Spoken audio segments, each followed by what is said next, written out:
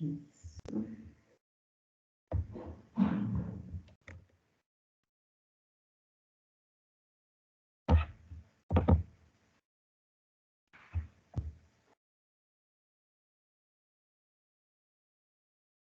Bom, então, até para não, né, não atrasarmos, vamos começar.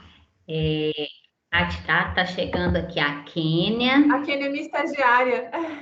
Ah, que delícia, que coisa boa que ela veio. É. Já foi admitida. Bem-vinda, Kênia. Boa noite. Boa noite. Obrigada. Satisfação tê-la conosco. Igualmente. Então, vamos lá, gente. Muito boa noite a todos.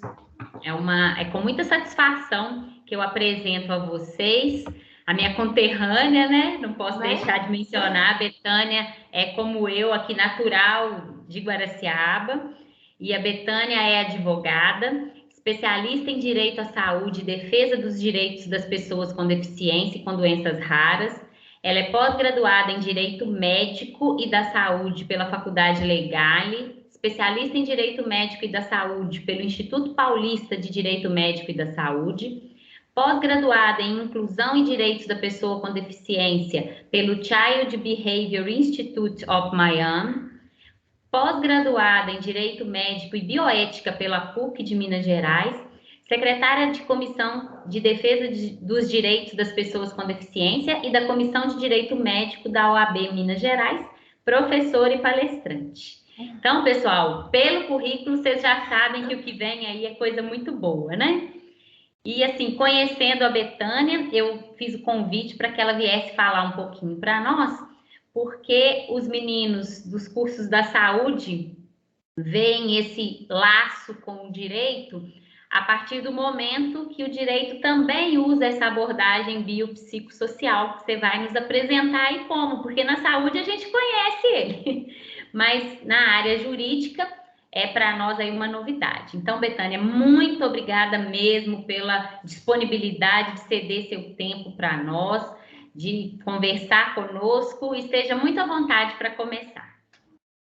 Tá, joia. Franceli, primeiramente quero te agradecer, né? Boa noite a todos. Agradeço imensamente por esse convite, fiquei muito honrada, como você mesmo disse, né? Somos conterrâneos aí da mesma cidade. Hoje não, na verdade, há 8 anos eu moro em Belo Horizonte, mas nascida e criada em Guaraciaba, né, Franceli? Então, para mim, assim, é uma honra muito grande, de certa forma, estar palestrando em Ponte Nova, porque eu sempre digo que, para mim, Ponte Nova é a capital de Guaraciaba, porque tudo a gente resolve em Ponte Nova. Eu já tive o prazer de ministrar uma palestra na Dinâmica, já tem uns 3 anos, na época que era presencial, foi para a turma do Direito, na época. Então, assim, já é a segunda vez que eu estou na faculdade e me sinto muito honrada, né? Agradeço muito por esse convite. Agradeço a todos que estão aqui participando, espero que seja proveitoso. Se tiverem dúvidas, eu ainda não sei direito como que é essa plataforma, mas eu acho que tem chat, né? Se quiserem mandar no chat, ou se assim, talvez no decorrer da fala venha pergunta, manda no chat, no final a gente responde tudo, no final também pode abrir o microfone para perguntar, estou super à disposição. Como você bem disse, né, Franceli? Da área, digamos, da saúde, vocês já entendem muito do critério biopsicossocial, então vai ser uma troca muito boa, que depois eu quero até escutar um pouquinho de você também, como que é essa aplicação vindo da parte de vocês. E aqui eu vou mostrar como que é esse tal desse critério biopsicossocial no direito, tá? Eu vou fazer um compartilhamento de tela com vocês, que eu acho que fica mais didático para poder acompanhar a aula, e se tiver qualquer problema, como durante o compartilhamento de tela eu não consigo ver vocês, você me sinaliza, tá, Franceli? Pode abrir o microfone e me chama se houver algum problema durante o compartilhamento de tela. Vamos lá. Tudo bem, combinado. Fazer aqui o compartilhamento.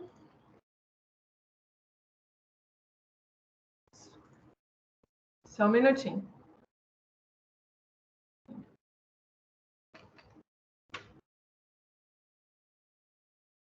Só sinaliza para mim se está compartilhando aí, Franceli.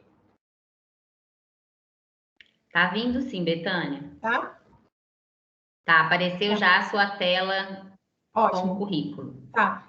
Bom, o meu currículo, a Franceli já falou aí para vocês, enfim. Esse QR Code aqui do lado, gente, para quem estiver assistindo pelo computador e quiser me acompanhar nas redes sociais, lá eu publico conteúdo sobre direito das pessoas com deficiência, direito das pessoas com doenças raras, direito à saúde. é tudo que é relacionado a esse assunto, que é a minha área de atuação. Então, é só abrir a câmera do celular, apontar para esse QR Code que você já vai cair direto lá no meu Instagram, tá? Eu não coloquei o arroba aqui, mas para quem estiver assistindo pelo celular e quiser entrar no Instagram e me seguir lá, o arroba é @betaniaoandrade.adv. Depois, Franceli, se você quiser colocar no chat, que aí, se eles quiserem depois acompanhar lá, porque sempre eu trago muita coisa relacionada ao direito da saúde, né? Como você disse que a maioria das pessoas que estão assistindo é da área da saúde, talvez pode ser interessante. Bom, agora sobre Betânia Andrade, @adv. betaniaoandrade.adv. .adv. Isso, obrigada. Tá no... Obrigada. Agora sobre o tema da nossa palestra de hoje, propriamente dita, né? Pessoas com deficiência sobre a ótica biopsicossocial. Quais são as implicações do modelo biopsicossocial no direito? E aqui eu tenho que colocar, né? No direito e na saúde. Perdão, faltou a questão da saúde. A gente vai falar sobre esses dois pontos. Tanto é que a Franceli, ela me perguntou, Betânia, qual que é a aplicação no direito? E eu já meio que me pergunto, qual que é a aplicação na saúde? Porque no direito a gente vê isso de uma forma tão recorrente, digamos assim, né? Então, acredito que vai ser uma troca bem bacana aqui hoje. Bom, primeiro ponto, como que a gente faz para saber, juridicamente falando, se uma pessoa é considerada pessoa com deficiência ou não? É aí que vai entrar o critério biopsicossocial. E é aí que a gente vai depender da área da saúde para conseguir identificar essa questão. A pessoa é considerada pessoa com deficiência ou não? Porque é muito recorrente eu escutar. Betânia, eu tenho uma doença X, eu sou considerada pessoa com deficiência? Eu tenho uma doença Y, eu posso participar do concurso na vaga de pessoa com deficiência? Exemplo prático. O critério biopsicossocial dentro do direito, ele vai ser muito utilizado para todas as deficiências, na verdade. Mas a aplicação dele vai ser mais complicada, digamos assim, no caso de pessoas com deficiências não aparentes. O que seria uma deficiência não aparente? Essa deficiência não aparente é a deficiência que, quando você olha para a pessoa, você não consegue identificar que ela tem uma deficiência, mas ela tem, sim, algumas limitações. Eu vou trazer o conceito legal de pessoa com deficiência aqui para vocês. E aí, de acordo com o critério biopsicossocial, uma pessoa com determinada doença, vou citar um exemplo, que é uma doença que eu tenho, que é a miastenia gravis, né? Que foi até o que me fez vir para o direito à saúde. Eu e minha estagiária, a gente tem a mesma doença, a doença rara chamada miastenia gravis. Como aqui tem muita gente da área da saúde, talvez alguém já ouviu falar sobre a miastenia gravis. Pode acontecer que uma pessoa com miastenia gravis seja considerada uma pessoa com deficiência, da mesma forma que outra pessoa com a mesma doença, miastenia gravis, pode não ser considerada pessoa com deficiência. Então, o critério biopsicossocial, ele nos ajuda a avaliar diversos fatores. Não é o fato da pessoa ter uma doença X ou Y que vai fazer com que ela seja considerada pessoa com deficiência e, consequentemente, que ela tenha direito a políticas públicas destinadas à pessoa com deficiência. Tá? Antes, o que acontecia? A gente tem o decreto 3298 de 99, que para ser considerado pessoa com deficiência, bastava enquadrar nesse artigo 4º do decreto. Eu não vou ficar lendo o artigo aqui, porque eu acho super cansativo, até para quem é do direito, imagina para quem é da saúde, né? Eu vou só dar alguns exemplos práticos. Antes, o decreto falava, é considerado pessoa com deficiência aquela, por exemplo, deficiência física, aquela que apresenta tetraparesia, tripralegia, enfim, esses nomes difíceis aqui, monoparesia. Vocês que são da área da saúde são mais familiarizados com esses termos do que eu. Mas antes, o que acontece? Era estritamente um critério médico. Para a pessoa ser considerada uma pessoa com deficiência, bastava ela ter um relatório médico falando que ela tinha, digamos que, um desses impedimentos aqui que se encaixava no decreto. E, em termos de um Estado, no modo geral, a deficiência, abre aspas, era problema exclusivamente da pessoa. Digamos que o Estado, a sociedade, não tinha nada a ver com isso.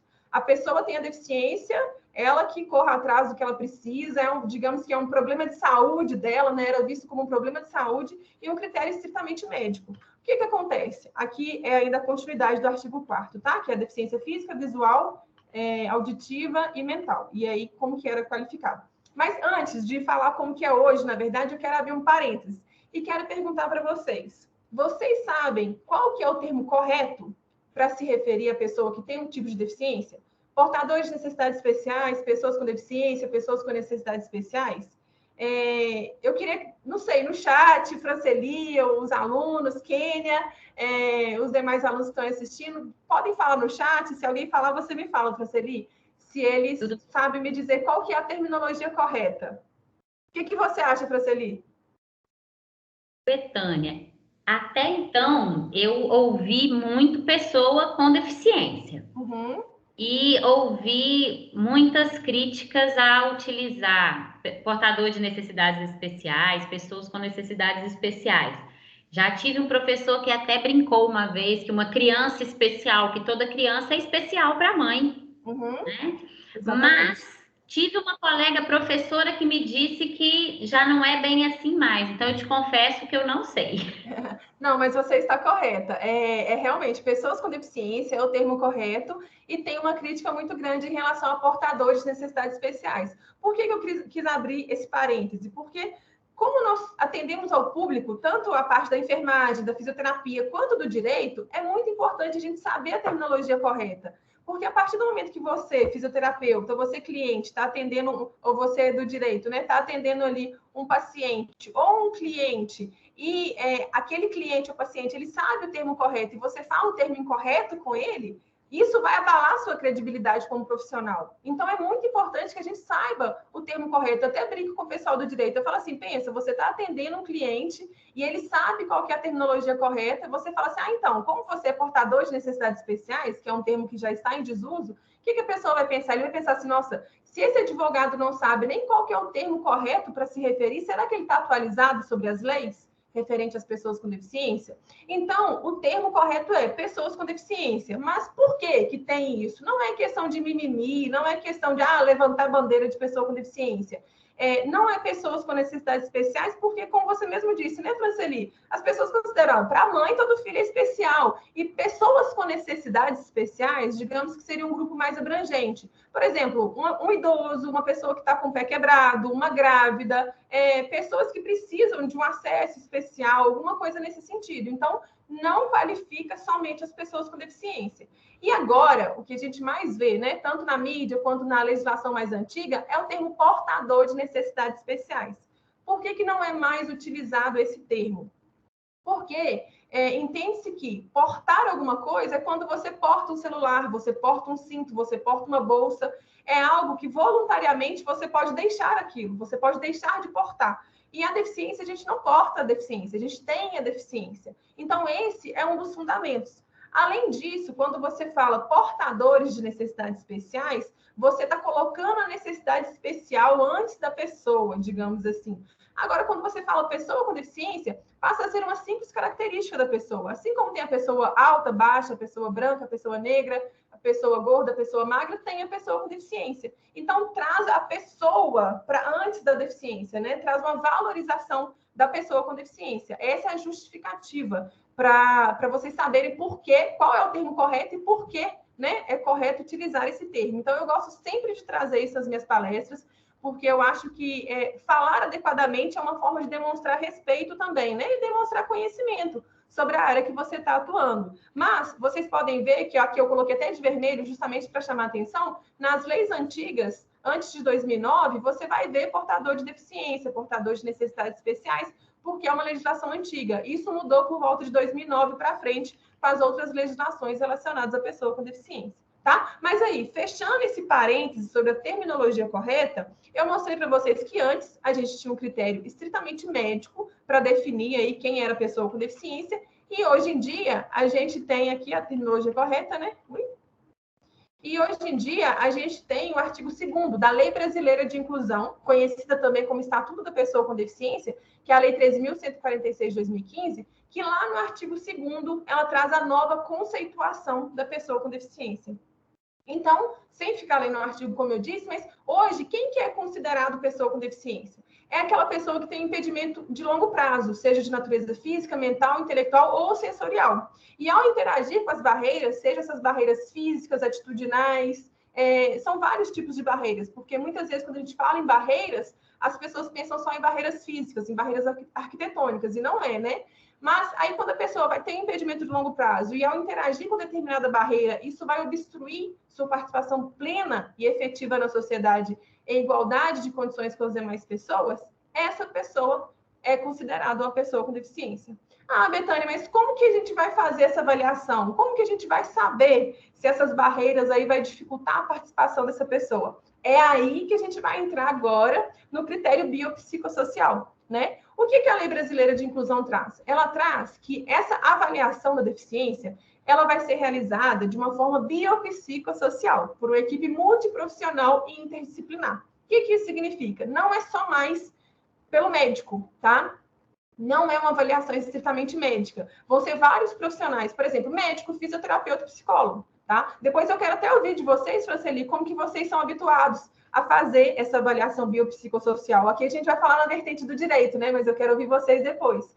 E aí, gente, tá, uma observação aqui muito interessante é que no artigo 2º, quando traz o novo conceito de pessoa com deficiência, ele fala que a pessoa que tem um impedimento ali de longo prazo, ao interagir com a barreira, essa barreira vai obstruir a participação plena dele na sociedade. Ou seja, esse ponto traz uma responsabilidade social, uma responsabilidade para o Estado, não só para o Estado, mas para a sociedade de modo geral, porque demonstra que uma barreira ela vai obstruir a participação plena da pessoa e vai contribuir.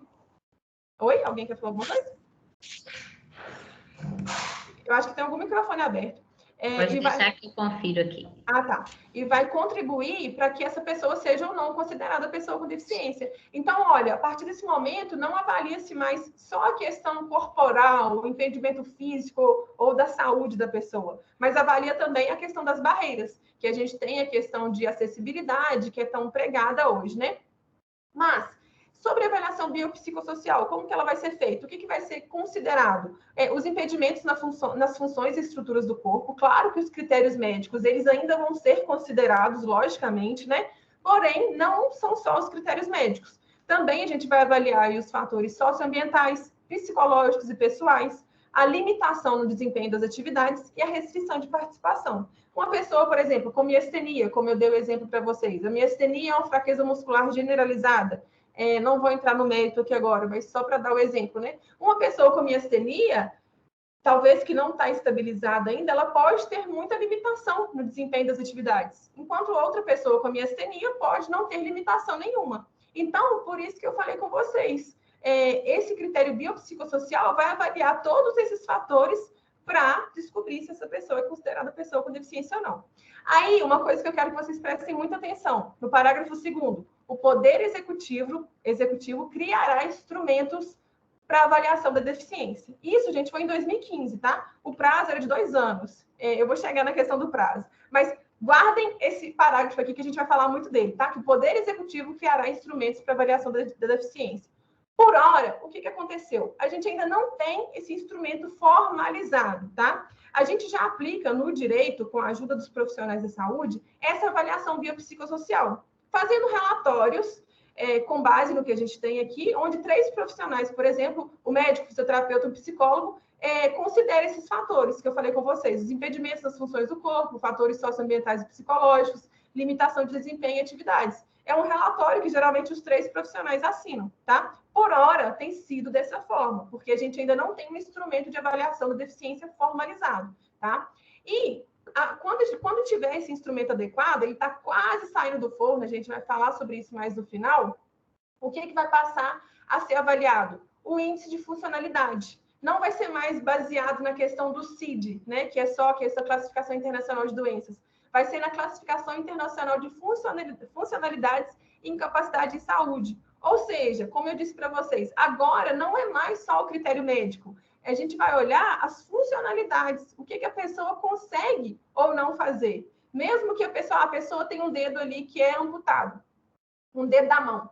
O que aquela pessoa não consegue fazer por causa da falta daquele dedo que as outras pessoas que têm o dedo conseguem, né? Então, assim, não é o fato, tem um dedo amputado, tudo bem. Pode ser considerado pessoa com deficiência? Pode, mas talvez vai ter uma numeração para classificar essa deficiência, tá? Aí aqui eu trouxe um quadro comparativo caracterizando caracterização biopsicológica, que é o critério médico, e caracterização biopsicossocial, que é o que está sendo aplicado hoje e que vai ser cada dia mais implementado.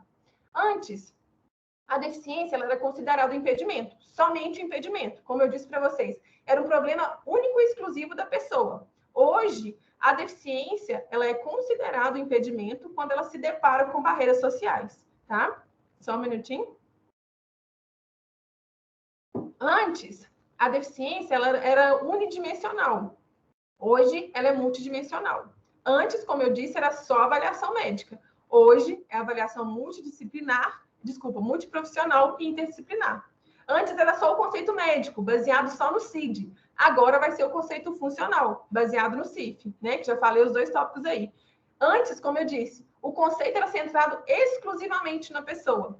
Hoje, o conceito é relacional. Pessoa e o contexto social onde aquela pessoa vive. As barreiras que ela vai enfrentar, ou a ausência de barreiras ali na vida dela.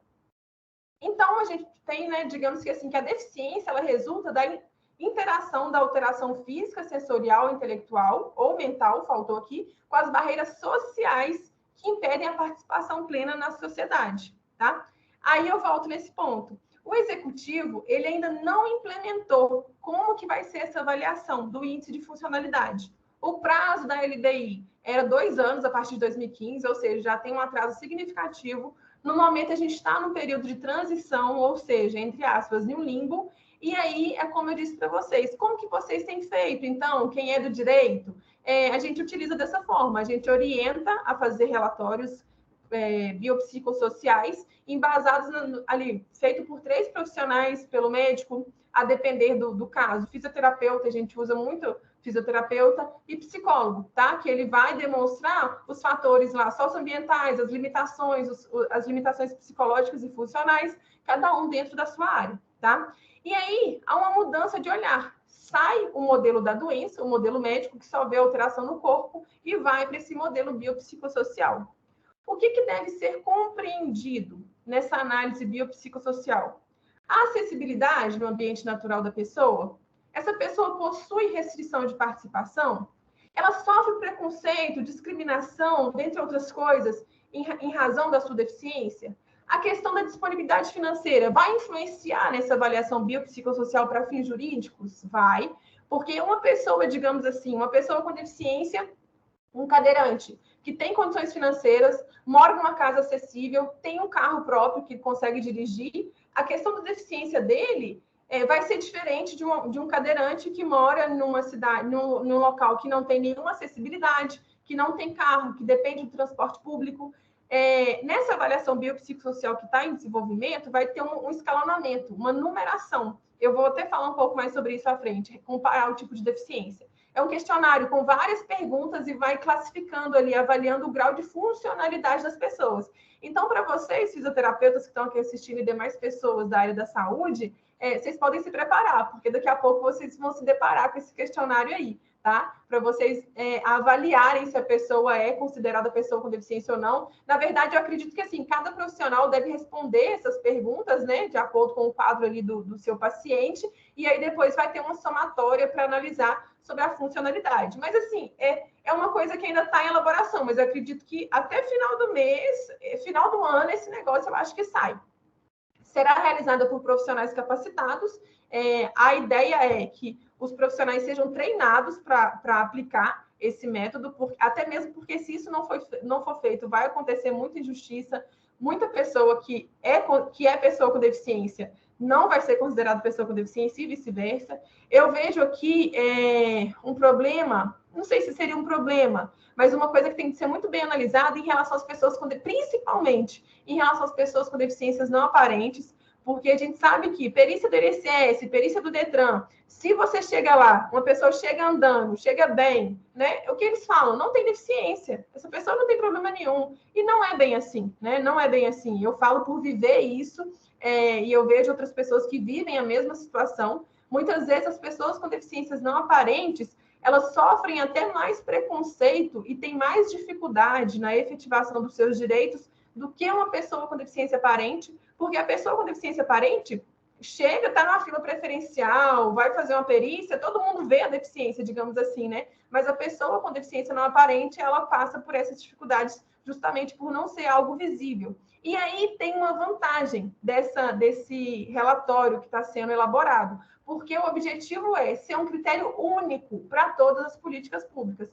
Porque o que acontece? Uma pessoa com deficiência, Vou continuar no exemplo das pessoas com deficiência não aparente, porque para pessoas com deficiência aparente, efetivar a política pública, digamos que é mais fácil. Mas uma pessoa com deficiência não aparente, ela quer fazer um concurso público na vaga de pessoa com deficiência. Aí ela tem que juntar aquela papelada, fazer aquela peregrinação, juntar aquele tanto de relatório médico para poder demonstrar, poder comprovar que ela é uma pessoa com deficiência. Ok, conseguiu ali.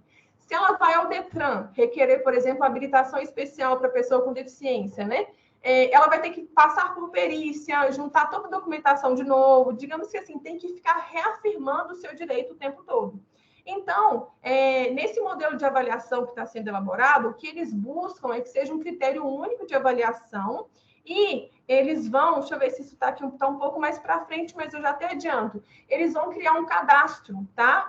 Vai ter um cadastro, a gente ainda não sabe como que isso vai ser disponibilizado, e a partir do momento que a pessoa passou por essa avaliação biopsicossocial, ela vai ter, digamos que, registrado no sistema do Estado que ela é uma pessoa com deficiência, para todas as políticas públicas que ela foi exercer. Então, não vai precisar mais ficar fazendo essa peregrinação, tá? Então, em síntese, o que seria o critério biopsicossocial para fins jurídicos? Vai verificar ali se os impedimentos, né, nas funções e estruturas do corpo, a interagir com fatores ambientais, que seriam as barreiras, vai ocasionar uma redução de participação desse indivíduo para as suas atividades. Ou seja, vai reduzir ou não a sua funcionalidade. E aí, quanto menor for a funcionalidade, ou seja, quanto menos coisas a pessoa conseguir fazer, maior vai ser o grau da deficiência, e vice-versa, né? Quanto maior for a funcionalidade, quanto mais independente essa pessoa for, menor vai ser o grau da deficiência. A gente ainda não sabe dizer se, por exemplo, para certas políticas públicas vai ser a pessoa que tem certo grau de deficiência, para outras políticas públicas vai ser outro grau. A gente ainda vai ter que esperar um pouco para ver como que vai ficar essa classificação em grau, tá? O impacto de impedimento é diferente de acordo com a realidade que cada pessoa vive, que é o que eu exemplifiquei para vocês no item anterior, né? Esse instrumento de avaliação, gente, ele vai ser utilizado para diversas políticas públicas. Para fins de BPC, né, INSS, é uma luta. Então, assim, se a pessoa é considerada pessoa com deficiência, vai estar registrado lá, questão de aposentadoria, questão de Detran, questão de concurso público, para todas as políticas públicas, né? O objetivo é facilitar, para que a pessoa não precise ficar passando por essa peregrinação toda vez que ela quiser ali exercer o seu direito a alguma política pública da pessoa com deficiência. Como eu disse para vocês, vai tratar de um registro público que vai armazenar as informações da pessoa com deficiência, que assim forem caracterizadas na avaliação biopsicossocial, tá? Uma coisa, tem uma pessoa que tem uma doença e por hora a doença está estabilizada, não é considerada pessoa com deficiência. Só que a pessoa desestabilizou total e está ali durante uns 2 anos sem conseguir estabilizar, não consegue, tem fraqueza, não consegue subir nenhum degrau, não consegue fazer nada. Eu falo aqui nesses termos de fraqueza muscular, porque é a questão da miastenia, não consegue subir no ônibus, não consegue subir no passeio na rua, não consegue nem comer direito, enfim, tem esses impedimentos de longo prazo. Essa avaliação biopsicossocial, a pessoa pode pedir uma reanálise, tá? Porque talvez em um momento ela não foi considerada pessoa com deficiência, mas depois, em decorrência de alguma agravo clínico da doença, ela pode sim ser considerada uma pessoa com deficiência, tá? Trouxe aqui exemplo prático para vocês em relação ao concurso público. Gente, é muito recorrente pessoas com deficiências serem barradas nos concursos públicos, digamos assim, principalmente concursos da área policial. Primeiro porque fala que a pessoa não tem deficiência, ou então porque fala que a pessoa é inapta para o cargo de pessoa de um cargo policial, por exemplo, tá? E aí a gente vai precisar de um relatório biopsicossocial. Como que seria esse relatório biopsicossocial? Qual que vai ser o papel do médico? Relatar a condição clínica da pessoa, bem como seus impedimentos físicos. Digamos que o médico ele vai fazer o diagnóstico da pessoa, né? Ele vai no tópico referente ao diagnóstico, vai ser o papel do médico. O fisioterapeuta, ele vai relatar, por exemplo, aqui eu estou falando, tá, gente? Eu estou partindo do pressuposto que é algum impedimento físico, tá? O fisioterapeuta, ele vai relatar as limitações, por exemplo, no desempenho das atividades. Quais são as restrições de participação que essa deficiência traz? Por exemplo, redução da capacidade motor e articular do punho esquerdo. Só peguei um exemplo, né? O fisioterapeuta vai detalhar quais são esses impedimentos. O psicólogo vai falar quais são os impedimentos psicológicos, quais são as consequências psicológicas que essa deficiência traz na pessoa. Eu já tive um caso prático, eu não lembro agora qual que era especificamente a deficiência, mas assim, a pessoa falou que colocavam apelidos pejorativos nele, que isso trazia muito transtorno para ele, trazia um constrangimento. Então, tudo isso vai ser analisado. E aí a gente vai ver quais são os impedimentos físicos, tanto que o médico e o fisioterapeuta falaram, quais são as limitações que essa pessoa possui, quais são as limitações físicas e as limitações psicológicas. E assim, por hora, tem sido feita uma análise, e aí eles analisam lá, identificam se a pessoa é considerada pessoa com deficiência ou não. Isso aqui, logo, logo vai mudar, tá? Como eu disse para vocês, é o que a gente tem usado, porque é o que a gente tem por hora, com base no artigo 2º da Lei Brasileira de Inclusão, que eu falei com vocês lá atrás, né? Analisando aqueles fatores de impedimento físico, os fatores socioambientais, os fatores psicológicos, porque a gente ainda não tem um instrumento correto para poder aplicar ali a forma de pontuação que o Poder Executivo ainda está elaborando, tá? Outro exemplo prático, pessoa com cegueira total. Uma pessoa com cegueira total, ela pode ser considerada deficiência grave em algumas situações e deficiência moderada em outras situações. Ah, como assim, Betânia? Digamos que se ela tem uma cegueira total, ela não vai deixar de ser considerada pessoa com deficiência, independente do ambiente que ela está, porque a gente tem a deficiência de base, que é a cegueira. Porém, se é uma pessoa com deficiência que possui todos os recursos de acessibilidade, uma pessoa com deficiência, uma pessoa com cegueira total, que fez faculdade, é bem instruída, tem todos os recursos tecnológicos que ajudam a garantir uma acessibilidade, digamos que ela, entre aspas, abre aspas, vai ser menos deficiente, abre aspas, tá, gente? É só para ficar mais claro, assim, a forma de entender. Digamos que as limitações que ela tem vão ser menores, né? E, consequentemente, ela vai ter mais funcionalidade. E, como eu disse para vocês, quanto maior a funcionalidade, menor é o grau da deficiência, tá? Em contrapartida, uma pessoa com deficiência cegueira total, que mora sozinho, não tem nenhuma instrução, mora em uma cidade completamente sem acessibilidade, digamos que a funcionalidade dela pode ser menor. Se a funcionalidade dela é menor, o grau de deficiência vai ser considerado mais alto, tá? Como eu disse para vocês também, a questão da miastenia é a mesma situação, vai depender das limitações aí causadas pela doença, né? A miastenia tem situações que a pessoa ela é considerada pessoa com deficiência, em outras situações ela não é considerada pessoa com deficiência. Tem pessoas com miastenia que conseguem estabilizar e não tem nenhuma limitação, enquanto outras pessoas não conseguem estabilizar e têm limitações diversas. Então, por isso que tem que ser tudo muito bem analisado de acordo com o caso concreto. Eu recebo muitas perguntas. Betânia, eu tenho miastenia, quero fazer o concurso público como deficiente, como que eu faço? Ontem mesmo, perdão, uma moça me mandou mensagem e perguntou assim: Betânia, eu pedi ao meu médico um relatório, a pessoa tem miastenia. Eu pedi ao meu médico um relatório como pessoa com deficiência, ele falou que não ia me dar um relatório de pessoa com deficiência. E eu quero fazer concurso público na vaga de PCD, como que eu faço? Eu falei com ela, olha, não é bem assim. Não é o fato de ter miastenia que faz com que você seja considerada pessoa com deficiência. A gente precisa analisar o seu caso de forma mais específica. Eu não sou da área da saúde, mas eu já tenho tantos anos que a gente vai mexendo com isso, que a gente consegue analisar ali os relatórios. A gente, olha, pede para o seu fisioterapeuta fazer um relatório, o seu psicólogo. A gente já consegue identificar esses fatores para ver se a pessoa se encaixa ali no rol de pessoas com deficiência ou não.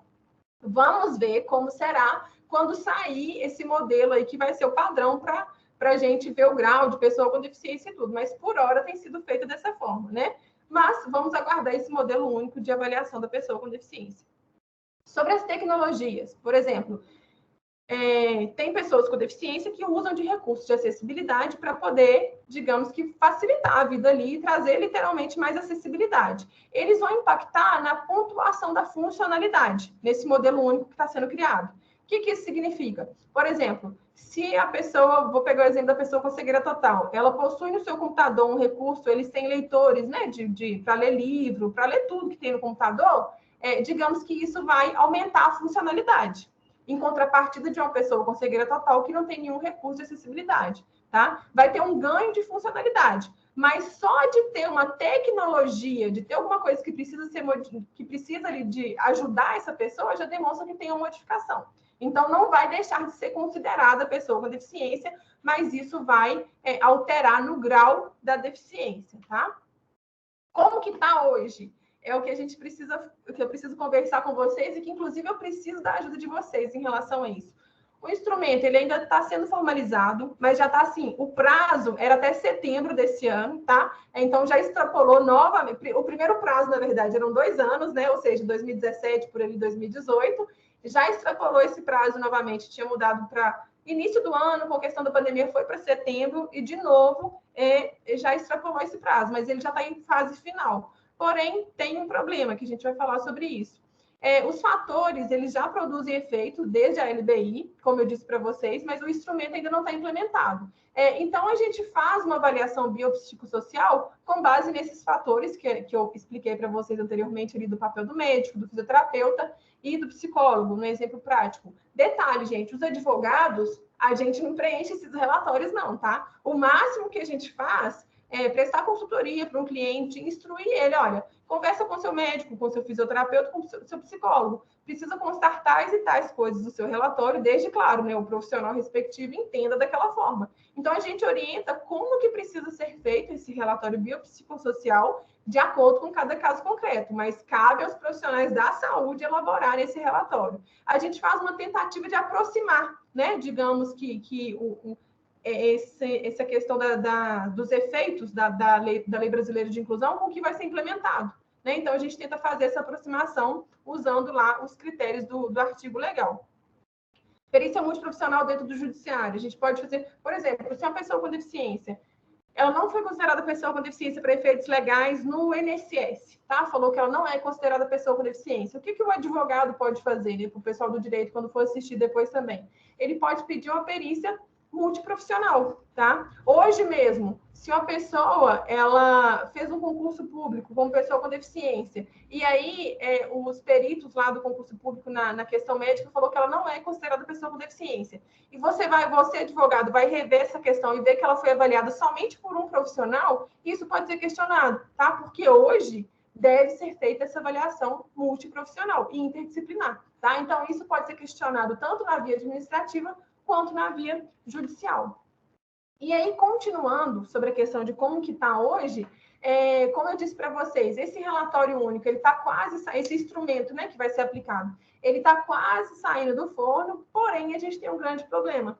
A gente está até acontecendo um manifesto, isso aqui saiu ontem, é bem recente que eu trouxe para vocês, porque o governo federal, aqui sem entrar em termos políticos, tá, gente, de forma alguma, só para a questão mesmo que está acontecendo em relação ao direito das pessoas com deficiência, o decreto está para ser publicado em breve, indicando como que vai ser esse instrumento de avaliação biopsicossocial.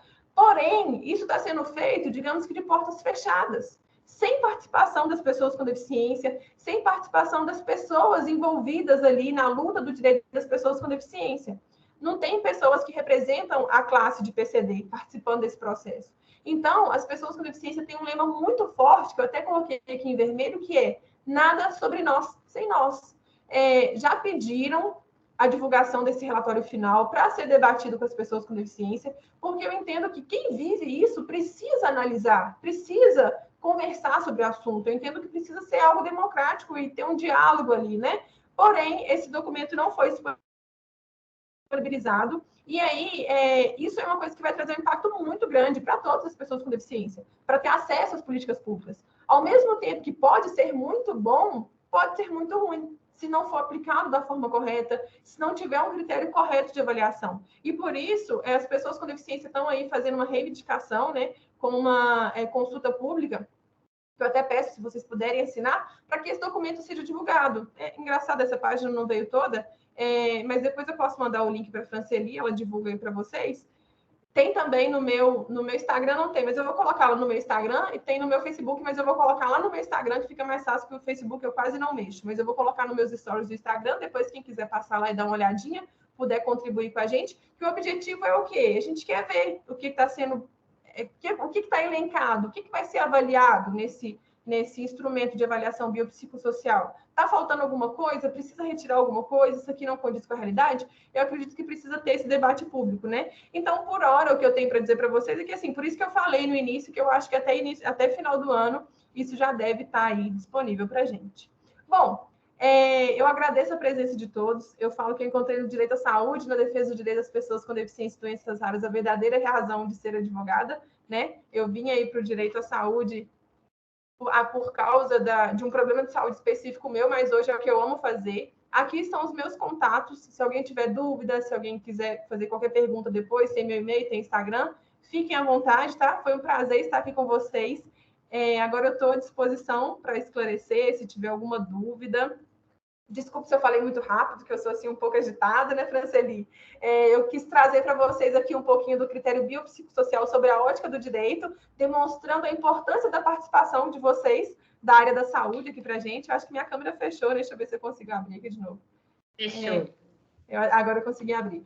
Demonstrando a importância, né, dos profissionais da saúde na avaliação desse critério biopsicossocial. Espero que tenha conseguido esclarecer um pouquinho a relação entre o direito e a área da saúde nessa questão da avaliação biopsicossocial, que é completamente ligada, assim, né? Sempre que a gente está dando uma consultoria, digamos, como que deve ser o relatório biopsicossocial? A gente cita vocês, profissionais da saúde. Então, é muito importante esse trabalho conjunto. Muitas vezes, Franceli, eu vejo profissionais, não tanto fisioterapeutas, mas muitas vezes médicos, que são bem resistentes em preencher relatórios médicos de acordo com a instrução do advogado, né? Enfim, não vou entrar nesse mérito também, mas às vezes fica difícil. Mas não é isso, a gente tem que buscar o bem comum da pessoa, né? Que é o nosso paciente, que é o nosso cliente, desde que, claro, seja o entendimento do fisioterapeuta que ele tem aquelas limitações, que pode relatar isso. Eu imagino que até de acordo com o código de ética de vocês, só pode relatar o que é verdade, digamos assim. Então, assim, o que custa fazer um relatório bem elaborado? Porque para o profissional da saúde, fazer um relatório mais elaborado ali, talvez demande um tempo a mais, mas não vai trazer prejuízo nenhum, desde que coincida com a verdade. Em contrapartida, para a pessoa com deficiência, se o relatório não estiver bem preenchido, bem detalhado, pode fazer com que a pessoa perca um direito, que às vezes é o direito da vida que ele está querendo, como, por exemplo, um concurso público, alguma coisa nesse sentido, sabe? Então, eu entendo que é uma participação conjunta muito importante, assim, entre as áreas, tanto do direito quanto a área da saúde, tá? Muito obrigada pela atenção de todos. Estou à disposição aí, caso tenha alguma pergunta.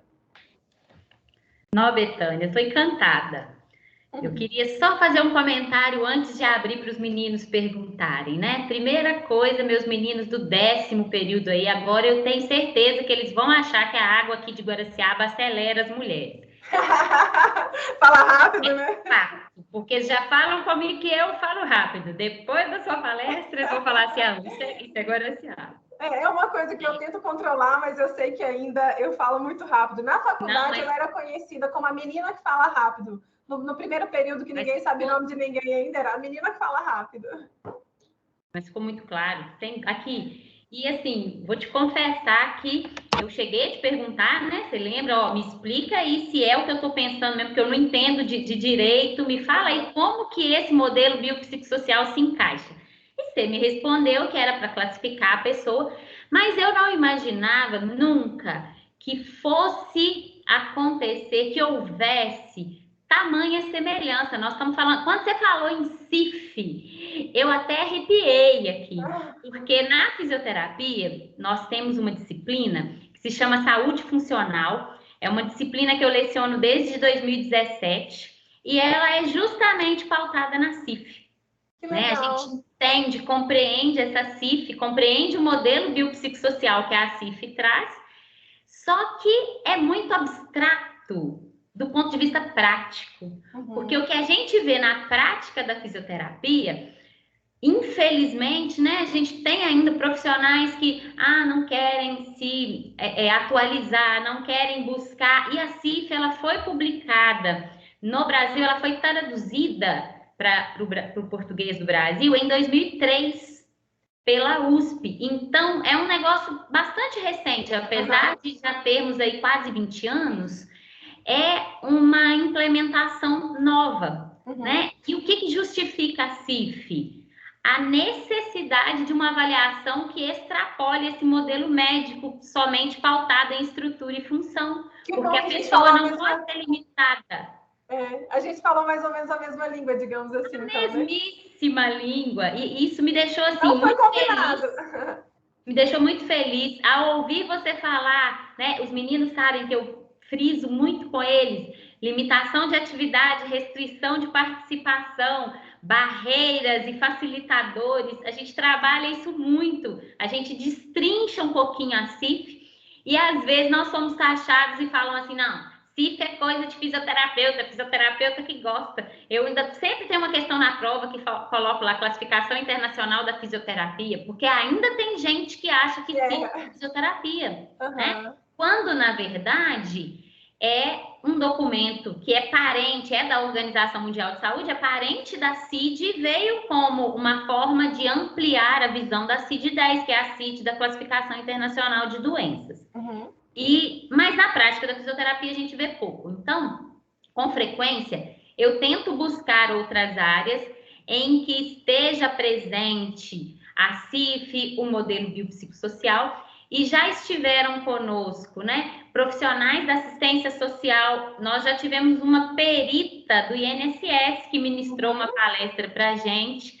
Nós já tivemos assistente social de determinados municípios, tudo para tentar mostrar que a assistente social faz com mais frequência, do ponto de vista do INSS, o relatório social, né? Que é o que avalia as limitações de atividade, a funcionalidade em si.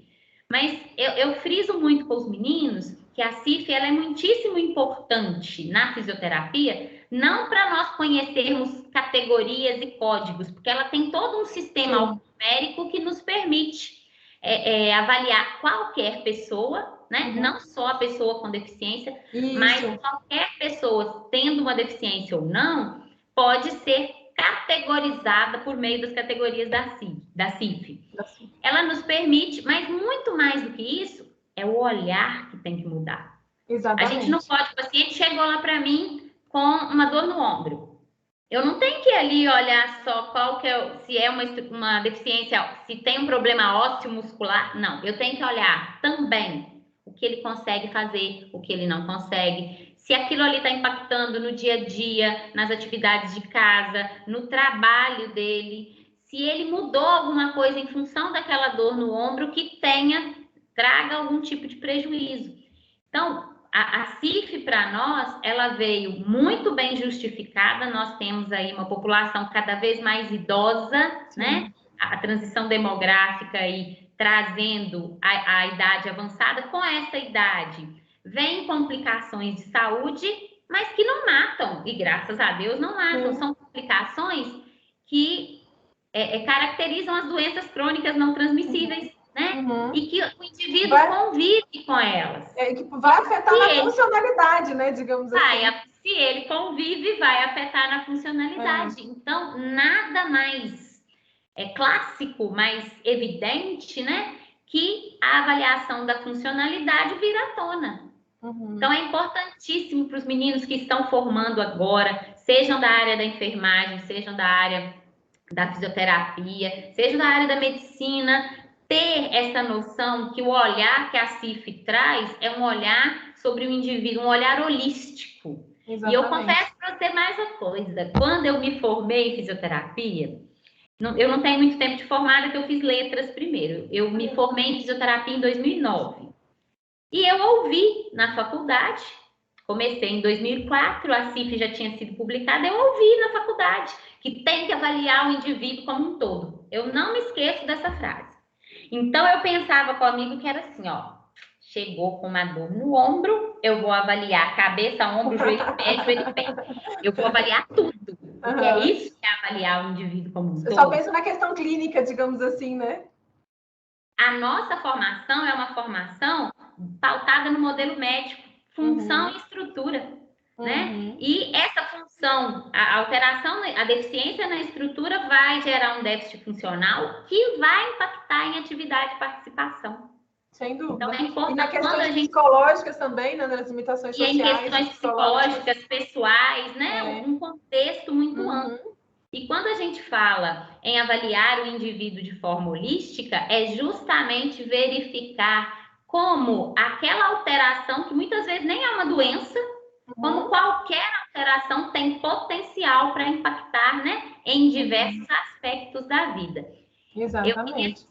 Só te mostrar para os meninos aí, os meus alunos vão lembrar, nós temos aí essa carinha do modelo biopsicossocial que é preconizado pela CIF, né? Aqui é o livrinho, a capa do livro da CIF, é nosso livro de cabeceira aí da disciplina de saúde funcional, e é um modelo que é muito multi, né?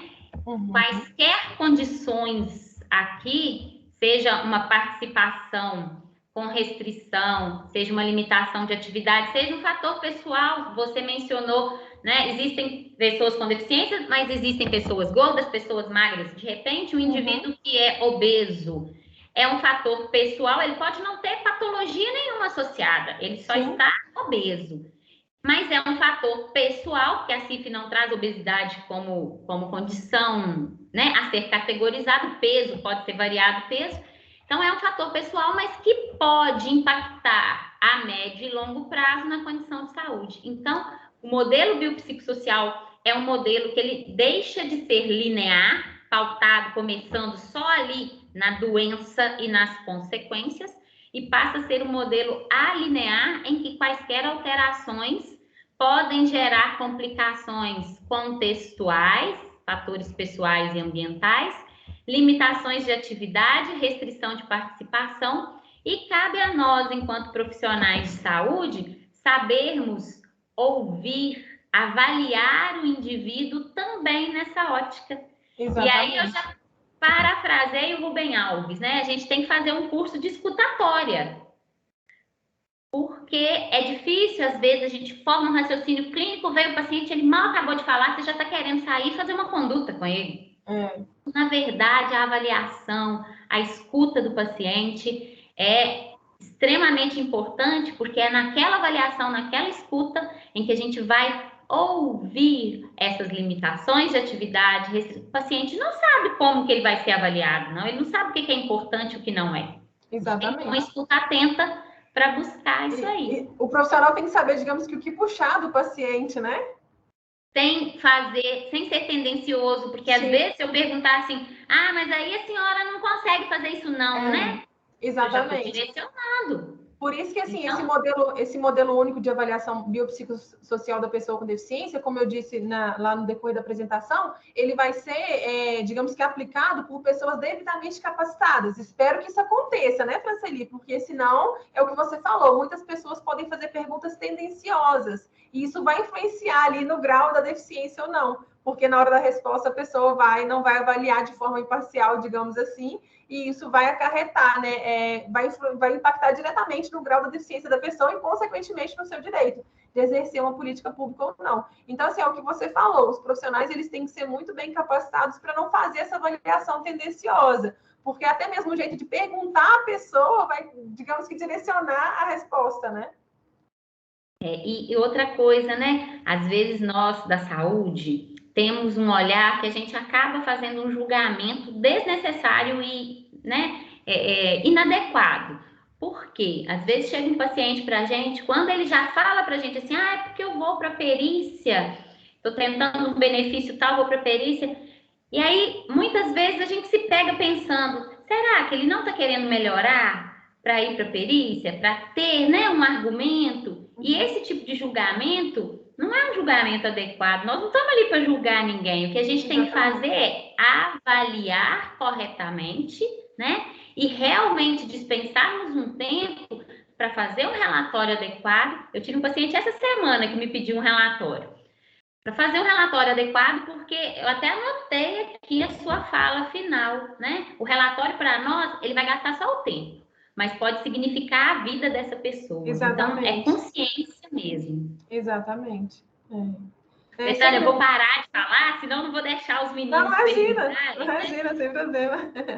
Amei a explanação. Eu ainda falo até o final e ainda falo de novo, mas vamos abrir para perguntas. Fico super feliz que, assim, coincidiu, né, o que você traz para os alunos, foi o que eu trouxe também, e a gente é de área completamente diferente, não houve uma combinação de temática, assim, temática teve, né? Você vai falar sobre esse tema, mas eu digo assim, o que eu ia falar a gente nem sabia, nem imaginava que você falava com eles tanto assim, de forma tão incisiva sobre a CIF. Claro que eu imaginava que você já falava sobre a CIF por ser da área de vocês, né? Mas não de forma tão incisiva. Então, eu acho que deve ter sido muito bom para eles perceberem que, nossa, realmente a CIF é importante. A gente precisa ter um olhar mais direcionado, porque em todas as áreas, hoje, a CIF está sendo utilizada. Tanto é que a professora Franceli falou com a gente da área da saúde, e uma advogada lá da área do direito demonstrou que a CIF está sendo utilizada por eles também. Então, é algo que realmente precisa ser valorizado e precisa de um olhar mais atento aí de quem está saindo da faculdade, né?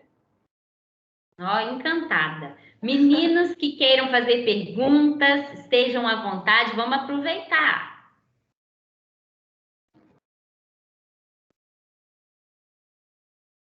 Cadê meus meninos aí? Todo mundo mais caladinho. Ô, gente, vocês não têm vergonha assim, não.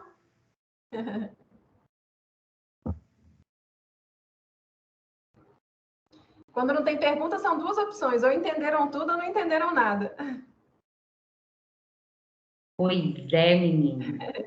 Léo, que tá aí, Léo foi quem... O Léo é um educador físico, está no último período de fisioterapia, e foi quem fez uma ponte com a Ariana, que é uma profissional do INSS, uma assistente social, que ministrou uma palestra para a gente. Ela chegou a trazer os formulários, Betânia. Ah, que legal. Quais são os formulários que o INSS utiliza? O INSS, ele tem a avaliação multiprofissional, é o médico e o assistente social, a perícia deles. Isso. E aí o médico fica atrelado às funções e estruturas, e o assistente social faz o relatório social envolvendo as outras áreas. Tanto é que hoje, por exemplo, um BPC, benefício de prestação continuada, né, que é para pessoa com deficiência e idoso, mas pegando mais em relação à pessoa com deficiência, sempre tem lá, nos casos concretos jurídicos, né, a questão tem avaliação médica e tem, né, o formulário da INSS, e aí o médico vai ver se é considerado pessoa com deficiência ou não no critério médico, e tem avaliação social, que aí vai avaliar, né, as questões sociais da pessoa, quais as limitações sociais, a questão de renda, essas coisas. Então, assim, ainda não é o modelo ideal, que é esse modelo único que está sendo criado, mas eles já têm esse modelo padronizado que eles utilizam, que não é mais só o critério médico, né? Porque antes era só o critério médico, agora já tem uma assistente social junto para poder avaliar. A Ariana trouxe para nós e ainda, né, frisou bastante, olha, por mais que o profissional médico, né, tenha um peso muito grande, a nossa avaliação enquanto assistente social, ela é muito avaliada para a concessão do benefício de prestação continuada. Então, foi algo que se a assistente social falar que não se encaixa no critério social, para fins de BPC, por exemplo, que é o benefício de prestação continuada, o benefício não é deferido. Então, por mais que o relatório médico tenha um peso muito grande, ele sozinho, digamos que não tem validade nenhuma para a concretização do direito. E eu acho que isso também, Franceli, além, por exemplo, falando especificamente sobre o direito das pessoas com deficiência, além da evolução, né, da valorização do direito das pessoas com deficiência, eu entendo que a sociedade, ela parou também de ver o médico como, tipo, o absoluto de tudo, né? Não tem mais aquele critério que o médico é o dono da razão de tudo. Hoje, por mais que, claro, a fala do médico, o relatório do médico tem sim um peso, os outros profissionais da saúde também são muito respeitados. Eu vejo isso muito no caso de autismo, né? Eu trabalho muito com autismo, então quando a gente vai fazer uma ação judicial ali, a gente tem um relatório médico, mas a gente tem um relatório do fisioterapeuta, do terapeuta ocupacional, do fonoaudiólogo, dos demais profissionais que acompanham a criança. Falo criança porque a maioria dos meus casos são criança. Então, assim, a gente ressalta também o que os outros profissionais estão trazendo, né? Não tem mais essa superioridade, assim, essa coisa absoluta do médico. Então, eu acho que isso está sendo trazido também para o contexto social, para a questão de avaliação das funcionalidades, digamos assim, das pessoas, né? Não é mais só uma questão clínica, só uma questão de saúde. São vários fatores envolvidos. E o profissional que quer marcar espaço aí no mercado, ele tem que estar inteirado disso. Diz, Léo, desculpa, te interrompi sem querer. Não, Fran, eu já falo muito e Fran ainda me chama ainda. Pronto. Aí eu deixei aí o pessoal perguntar, mas vamos lá. Realmente, né, a gente estudou bastante. Primeiramente, parabenizar o CBT pela palestra aí, foi ótimo. Obrigada. Assim, linka muito com o que a gente trabalha. A Ariana realmente, ela falou, né? Acho que Caiu, Tinha Léo? travado. Não, encostei aqui, foi eu que encostei aqui. Eu nem sei se Fran sabe, nem sei se eu comentei isso com ela, mas minha mãe já participava, era concursada no INSS e trabalhava na perícia médica, né? Há Sabia muitos não, anos. Léo. Não sabia, não? E ela trabalhava, ela era concursada na parte de perícia médica. Eu não tinha esse entendimento, né? Na época, eu era jovem também. E era muito voltada nisso mesmo. Não existia nem o assistente social no INSS, era, era parte de documentação, encaminhamento, o médico analisava e dava o parecer, né? Se a pessoa tinha direito ou não tinha direito. Era bem objetivo mesmo. Uhum. E aí, por muito tempo, né, foi assim, 2010, mais ou menos, isso não era ainda, por mais que teve a CIF, não tinha ainda muita evidência. E aí, em cima disso aí, eu gostaria de perguntar que eu percebo que hoje em dia tem muitos advogados, né, abrindo muitas salas de previdência previdenciária, né? Então, tipo assim, de recursos, de direitos, né? E tá muita evidência, especialidades na área de direito em cima disso. E é comum isso, já virou uma questão regular. Eu sei que você usa a CIF, mas todos os profissionais de direito já estão utilizando, mesmo esses que colocam como especialistas, né, na previdência, né, no questão de ganhar recursos, né, de direito, ou ainda está sendo algo, tipo assim, mais facultativo, vamos dizer assim? Léo, né? Isso. Olha, assim, eu confesso para você, eu não posso falar sobre a atuação de outros profissionais, né? Porque eu não sei, digamos, da atuação de cada um, mas eu confesso para você que o critério biopsicossocial é uma coisa nova na advocacia. Tem muitos advogados que se dizem especialistas, até mesmo em previdenciário, que se você perguntar para ele o que é CIF ou o que é o critério biopsicossocial, provavelmente ele nem sabe o que é, tá? Então, por isso, assim, a sociedade ela tem que tomar muito cuidado com o profissional que ela contrata. Até mesmo, se diz especialista. A gente está cheio de especialista aí, que de especialista não tem nada, infelizmente, né? Então, assim, é uma questão muito complicada. E, enfim, eu não posso falar sobre a atuação dos outros profissionais, mas é muito importante a pessoa pesquisar mesmo, indagar para o profissional. Você perguntou se está sendo opcional ou não. O que acontece? A questão da avaliação multiprofissional, ela não é mais opcional, tá? Porém, se um advogado não tiver conhecimento disso e tiver uma perícia judicial, ele pode deixar o cliente dele passar por ser avaliado por um único médico, sem questionar isso, e para ele vai estar tudo certo. Em contrapartida, um advogado que já sabe dessa aplicação multiprofissional, ele pode exigir que o cliente dele seja, no mínimo, avaliado por 2 profissionais, além do médico, um assistente social, um psicólogo ou um fisioterapeuta, né? Então, assim, tem essa diferenciação. Obrigatório não é, mas vai ser completamente diferente na hora de resguardar o direito da pessoa ali. Até mesmo a aquisitação pericial. O que seria uma aquisitação pericial? São as perguntas que o perito precisa responder na hora que ele vai fazer a avaliação da pessoa. Quando um advogado ele tem conhecimento da CIF e do critério multiprofissional, da avaliação multiprofissional, critério biopsicossocial, ele vai fazer perguntas relacionadas a isso. Em contrapartida, um advogado que não conhece dessa área, provavelmente ele vai se embasar somente na questão médica, somente no modelo antigo do critério médico, né? Então, assim, obrigatório não é, mas vai ser um grande diferencial para a pessoa que contrata um advogado que é especialista, realmente especialista, entende da área, em contrapartida de outro que não entende sobre essa avaliação multiprofissional. Eu não sei se eu consegui responder a sua pergunta. Eu acho que passa muito, até a gente que está aí na base aí de atendimento, né, vamos dizer, em saúde, passa muito o processo de educação mesmo, o paciente questionar, né? Porque se ele não tem conhecimento, ele não vai questionar, assim, o advogado, né? Não sei, então, muitas vezes eu acho que vai passar também muito para o processo de educação informativa mesmo, né? Com certeza, porque muitas vezes a pessoa contrata um advogado que se diz especialista e que na verdade não é, até mesmo sem saber. Porque a pessoa, o que o advogado falou que vai fazer, para ela tá tudo certo. Então é o que você falou, é questão de educar as pessoas, né? Para que essa pessoa tenha consciência do profissional que ele está contratando. Não, sim, ficou bem explicado, obrigado. Por nada, à disposição. Mais alguém, gente?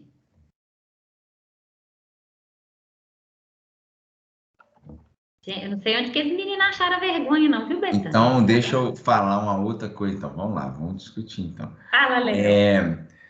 A Ariane falou que dentro do sistema há um preconceito muito grande ainda na assistência social, quando ela converge contra um relatório clínico médico. Então, por exemplo, chega lá e existe ainda, né, a hierarquia médica dentro do sistema presidenciário, mas mesmo assim ainda passa por alguns questionamentos, né? Tipo assim, dificuldade da área médica compreender os outros lados. E eu acho que, não sei se o governo desenvolve algum tipo de capacitação de todos os profissionais. Você tem conhecimento disso? Dos profissionais que atuam lá, né? Médicos? Ou é mais uma coisa que está ainda em evidência aí, que a gente vê muito assistente social trabalhar muito nesse setor, né? Acho que é o pilar deles. Mas existe uma capacitação da área média, compreender melhor que é importante tentar utilizar de forma mais integrada, igual a CIF. Olha, eu confesso para você que como que funciona internamente no INSS, tem essa capacitação dos profissionais, eu desconheço. Eu acredito que não tenha, e se tiver, eu acho que ainda tem o ego médico que prevalece, né, para ter essa questão de hierarquia. O que acontece? Em relação especificamente ao benefício de prestação continuada, tem um critério lá, além dos critérios sociais, ambientais, de onde a pessoa mora, essas coisas, tem um critério objetivo, que é o critério da renda. Para fins de benefício de prestação continuada, a renda familiar per capita, ou seja, por pessoa da família, só pode ser até 1/4 do salário mínimo. Então, assim, isso é assistente social que vai avaliar, mas por meio de critérios objetivos, né? De comprovante de renda, comprovante de despesa e essas coisas. Pode passar um pouco desde comprovado que a pessoa demanda custos com problema de saúde, com dieta, fralda, alimentação especial, medicação, essas coisas. Não vou entrar no mérito aqui agora. Porém, o que eu quero dizer com isso? É um critério objetivo, que não adianta o médico discordar, porque se passou daquele critério de renda ali que foi atestado pelo assistente social, sendo um critério objetivo, aquilo ali vai prevalecer. Então, por mais que seja considerado a pessoa com deficiência de acordo com o critério médico, e não seja considerado a pessoa com deficiência de acordo com esse critério social, por mais que ainda tenha essa hierarquização, como você mesmo disse, dentro do INSS, o critério social nessa questão vai prevalecer e a pessoa não vai ter direito ao benefício de prestação continuada. Porque aí, né, vai ser baseado em um critério objetivo, não vai ter muito que o médico questionar. Mas agora, se existe uma capacitação, digamos que assim, para os médicos respeitarem mais os assistentes sociais, na prática seria isso, eu confesso para você que eu não sei, eu desconheço dentro do INSS como que funciona a movimentação interna deles. Ah, sim. Porque eu acho que é importante essa integração, né? Já que essa é a tendência mesmo, né? Com certeza. Eles precisam entender que é um trabalho conjunto, né? Não é ninguém competindo com ninguém, é um complementando o trabalho do outro. Porque quem é o maior prejudicado a pessoa que a sociedade, né? É a sociedade mesmo. Com certeza. Eu vejo isso, Léo. Eu vejo que nós estamos num momento de transição, né? Eu sou de uma outra geração, vocês são mais jovens, mas quando eu era criança, né? Quando eu era pequena, não é mentira, porque eu continuo pequena. Mas quando eu era criança, o acesso aos médicos era algo difícil. Você viu um médico na rua, você não podia nem olhar para ele, né? Porque existia essa hierarquização, existia essa idolatria mesmo. Isso. Hoje, as instituições que formam profissionais de saúde, sejam eles médicos, sejam eles outros profissionais de saúde, fisioterapeutas, enfermeiros, farmacêuticos, são instituições que têm por obrigação das diretrizes curriculares nacionais, as diretrizes preconizam isso, são documentos, né, do MEC, de ter uma formação pautada que contemple esse modelo biopsicossocial, que contemple a abordagem multi e interdisciplinar, porque já é uma tendência, né? Então, nós estamos numa transição porque é difícil ensinar aquilo que você não sabe. Então, se eu tenho um fisioterapeuta me ensinando sobre CIF e ele não domina CIF, ele vai ter dificuldade. Mas a partir do momento que isso for se tornando mais comum na sociedade, virão outras gerações para as quais o conceito já vai ser mais palpável, já vai ser mais acessível, e aí a gente vai tendo uma mudança gradativa nesse cenário. Eu acredito que nós estejamos vivenciando isso, essa mudança. E aí, se vocês virem, por exemplo, né, dando um exemplo prático, a questão do parto humanizado, né? Era algo que a gente tinha como referência no início desse século, 2000, 2005. Sofia Feldman em Belo Horizonte, referência de parto humanizado. Hoje, em Ponte Nova, nós não temos o título de referência em parto humanizado, mas toda a assistência, seja ela do médico, do enfermeiro, do fisioterapeuta, já é uma assistência muito mais humanizada do que tínhamos no início desse século. Então, é uma questão de transição, uma questão de formação, e como existe no direito diferencial que a Betânia falou, que pode significar, né, uma causa ganho ou não, na saúde, o profissional que dominar modelo biopsicossocial, olhar biopsicossocial da CIF, também vai ser um profissional diferenciado. Então, quem não conhece, quem está só começando, vamos abrir a cabeça, vamos ter uma aceitação, né? Vamos assumir o compromisso de trilhar e de estudar esse assunto, porque vocês vão ouvir falar muito disso. Eu acho que é um momento de quebra de paradigmas, digamos assim, né, Franceli? E também acontece, na minha visão, acontece até no dia a dia do atendimento mesmo. No período passado, Fran, aquela paciente que a gente estava fazendo atendimento em teleatendimento, lembra? Da fibromialgia, ela estava, é porque ela, devido à pandemia, ela estava um pouco, assim, só para você entender, Betânia, ela estava um pouco com medo de ir até o atendimento, e aí a Franciele chegou assim, orientou a gente tentar fazer um atendimento, teleatendimento, né? Ela lá na casa dela e tal, tudo. E ela tem esse diagnóstico de fibromialgia, estava melhorando tudo, e no dia ela foi tentar tentar ter o benefício, e aí foi recusado. Na verdade, no dia eu fui fazer o atendimento nela. E aí ela estava muito chateada porque ela esperava, ela estava, né, tipo assim, sem trabalhar, ela sentia dificuldade de trabalhar e tudo. E aí, se eu fosse só mecânico, vamos lá, vamos fazer o atendimento, está na hora, vamos fazer o que tem que ser feito. Eu não compreendi o que era aquele sentimento que ela estava ali de perda, né? Que ela estava esperando, tem uma expectativa de ter uma assistência, e ela estava fazendo o atendimento fisioterapêutico, e em algum momento ali eu tive que escutar ela um pouco, para depois eu entrar no atendimento. Então, a gente acha que é só chegar e entregar relatório, né? Relatório. Exatamente. Tem essa questão também emocional, né? É uma coisa que eu falo muito para os profissionais do direito mesmo, né? Que geralmente eu ministro palestra mais para profissionais do direito, mas tenho ministrado algumas para a saúde também. Mas a questão é do atendimento humanizado, né? Nós, igual a minha área, eu atuo aí com pessoa com deficiência, pessoa com doença rara. A pessoa, quando chega para mim, ela já vem ali com um problema de saúde, já vem com uma bagagem emocional desestabilizada, digamos assim. Então, vocês que também são profissionais da saúde, têm que ter esse olhar humanizado, né, Franceli? Não é só chegar ali, tem que fazer meu serviço para ir embora, porque tem outro paciente, eu vou atender aqui rápido, porque tem outro cliente esperando para outra consultoria. Não é isso. Às vezes, a gente precisa da escutatória, como a Franceli disse, né? A gente precisa ouvir o paciente. E assim, isso eu falo com os colegas advogados, isso faz completa diferença, esse atendimento humanizado, porque isso vai repercutir no cliente te indicar ou não para outras pessoas. Da mesma forma, é o fisioterapeuta, né? Se tem um atendimento humanizado, se tem essa escuta, como você citou aqui, você chegou, você escutou sua paciente, ela vai te indicar para outro. Nossa, pode contratar, é um profissional atencioso, além de ser um ótimo profissional na fisioterapia, tem essa questão humanizada. E na advocacia, da mesma forma, sabe? Eu falo que o atendimento humanizado, em qualquer área que a gente atua, é um grande diferencial dos profissionais, né? É verdade. Não, Betânia, se a gente tivesse combinado, não dava tão certo. Que bom, fico feliz, Franceli, de verdade. Fico feliz. Estou aqui Anotando aqui, anotando, tô igual os alunos, eu tenho certeza que acho que ninguém deles anotou mais que eu, tá? Ah, imagina, gente.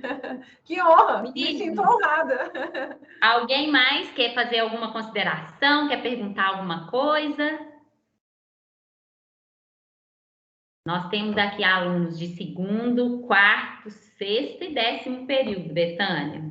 Que legal, ótimo, tá bem diversificado, né? Bem Quem diversificado. tá lá no comecinho ainda, ó, já vai estudando a CIF. A disciplina de CIF, na matriz corrente, ela está no 6º período. Se chama saúde funcional. Né? Não é só a CIF, né? Toda essa abordagem, mas é uma disciplina que é uma delícia. Nós já conseguimos, inclusive, publicar um TCC que foi com essa abordagem. Que legal, depois me manda para poder ler. Mando. Foi o trabalho da Laura, da primeira turma. Foi aí um levantamento sobre a CIF no Brasil, um panorama. Muito legal. Gente, é uma coisa que está em expansão, assim, né? Eu acho que cada dia mais a tendência é a gente ouvir falar cada dia mais de CIF. Menos de CID e mais de CIF. Porque todo mundo CID, todo mundo conhece, né? Todo mundo já ouviu falar CID, qual que é o CID? Qual que é o CID? Mas eu acredito que a tendência é falar cada vez menos de CID e cada vez mais de CIF. Uma justificativa que eu dou, o papo tá tão bom que a gente vai, né? Uma justificativa que eu dou para os meninos no início da aula de saúde funcional, no início do semestre, eu posso ser uma pessoa, eu tenho, vamos pôr aí, né? Vamos mentir, 35 anos, tem uma outra mulher de 35 anos, da mesma altura, da mesma idade, eu tenho diabetes e a mulher também tem diabetes. O diabetes em mim vai gerar uma repercussão sistêmica e principalmente contextual, e nessa outra mulher da mesma idade, do mesmo tamanho, com o mesmo peso, tudo, a repercussão pode ser completamente diferente. Exatamente, porque os fatores sociais e ambientais de cada uma são completamente diferentes. Que vai influenciar nessa avaliação no contexto geral, né? Então, não é a doença, porque diabetes por diabetes, ambas com o diagnóstico de diabetes. Então, a gente vê muito nesse sentido, né, para compreender a influência desses fatores diversos. Sim, Betânia, te agradecer demais, mas imensamente, dizer que eu estou com o seu e-mail, eu vou te mandar o certificado, que é o mínimo que a gente pode fazer, mas assim, perdeu mesmo quem não assistiu, ainda bem que nós gravamos, eu vou passar para os meninos do direito, porque assim, foi uma satisfação imensa, tá? Poder participar aqui com você, foi muito, mas muito gratificante ver que a gente anda aí nesse mesmo caminho, trilhando os mesmos caminhos, porque como é um assunto novo também na saúde, às vezes dá receio, será que eu estou indo no caminho certo, né? Então foi muitíssimo gratificante, muito obrigada mesmo. Imagina, Franceli, eu que agradeço imensamente, agradeço a todos que assistiram aqui a aula, participaram, e assim, sem palavras para te agradecer por esse convite, me senti muito honrada desde o início, quando você me mandou uma mensagem lá, convidando, me sinto mais honrada ainda por a gente ser da mesma cidade, né, Guaraciaba levando informação para o mundo, digamos assim, isso é uma honra muito grande, fiquei muito feliz em participar, pode ter certeza que o certificado para mim vai ter um valor imenso, eu amo compartilhar informações.